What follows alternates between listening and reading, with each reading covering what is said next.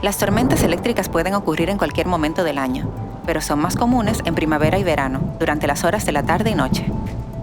Para que ocurra un trueno, el aire caliente dentro de una nube la eleva hasta que las gotitas de lluvia que tiene dentro se congelan. Estas gotitas heladas empiezan a chocar unas contra otras al moverse por el aire. Todos esos choques crean cargas eléctricas que se van acumulando dentro de la nube. La carga positiva se queda en la parte de arriba de la nube y la carga negativa se acumula en la parte de abajo.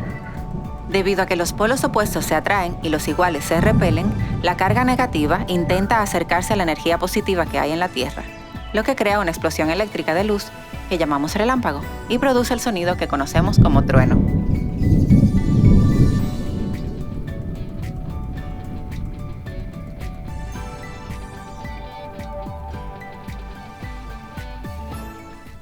Dale like y suscríbete a nuestro canal Club Tobogán.